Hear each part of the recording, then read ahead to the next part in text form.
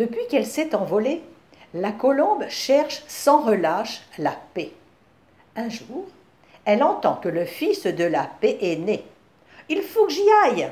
Elle part de nuit, alors que les colombes ne volent jamais dans les ténèbres, mais son impatience est trop grande. Au cours de la nuit, fatiguée, elle s'arrête dans le désert auprès d'un campement d'hommes qui s'entraînent avec des engins de guerre, qui crachent du feu et du bruit en jouant des pectoraux.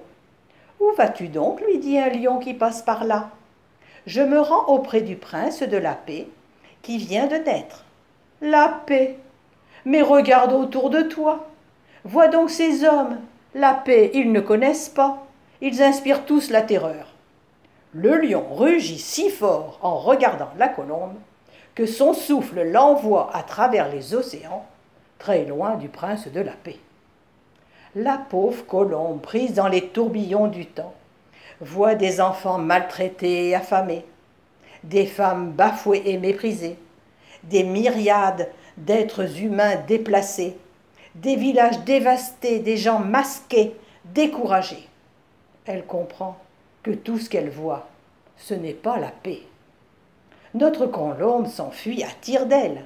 Puis elle se souvient que des anges vêtus d'or sont apparus aux bergers dans les champs, qu'ils ont annoncé la venue sur terre du prince de la paix. Un prince qui envoie des anges pour annoncer sa venue et promettre la paix, il faut que je le trouve. Elle reprend sa dure migration. Fatiguée, elle se pose alors auprès d'un homme endormi sur sa table de cuisine. Une plume vient se poser sur le bras de l'homme qui se réveille en sursaut et prend la plume pour écrire un discours enflammé. La colombe lit par-dessus son épaule le rêve qu'il fait. Un jour, enfin, tous les enfants du bon Dieu, les blancs, les jaunes, les noirs, les hommes, les femmes, de toute religion, pourront se tenir par la main. Ce rêve, c'est celui de la paix et de la liberté. Ce rêve se pose sur ses ailes et la rapproche du prince de la paix. Elle se retrouve au bord de tranchées où des soldats, grelottant de froid dans leurs uniformes bleu horizon, parlent de leur habitation lointaine et de la chaleur de leur foyer. La colombe roucoule doucement et son plumage est pris pour un drapeau blanc. Alors, les soldats des deux camps se lèvent pour fraterniser avec leur ennemi, le fusil au fond de la tranchée pour aller rencontrer les hommes d'en face. Un instant de grâce, un instant de paix.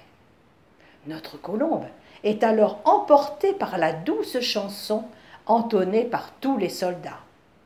Elle arrive enfin au-dessus d'un petit bourg, où un petit enfant couché dans une mangeoire la regarde en souriant. Au-dessus du toit de l'étable, deux anges s'affairent à dérouler une banderole. « Hé, toi qui sais voler, viens donc nous aider à attacher cette banderole !» La petite colombe prend alors dans son bec un bout de la banderole et prend place entre les deux anges. Entendant le coup, elle arrive à lire ce qui est écrit. « Paix sur la terre aux hommes de bonne volonté. » Elle ne s'est jamais sentie aussi utile, aussi heureuse en paix que maintenant. La colombe dépose alors doucement son rameau d'olivier sur la tête de l'enfant, qui lui fait comme une couronne. Et à la lumière de l'étoile, le rameau d'olivier a des allures de couronne d'épines.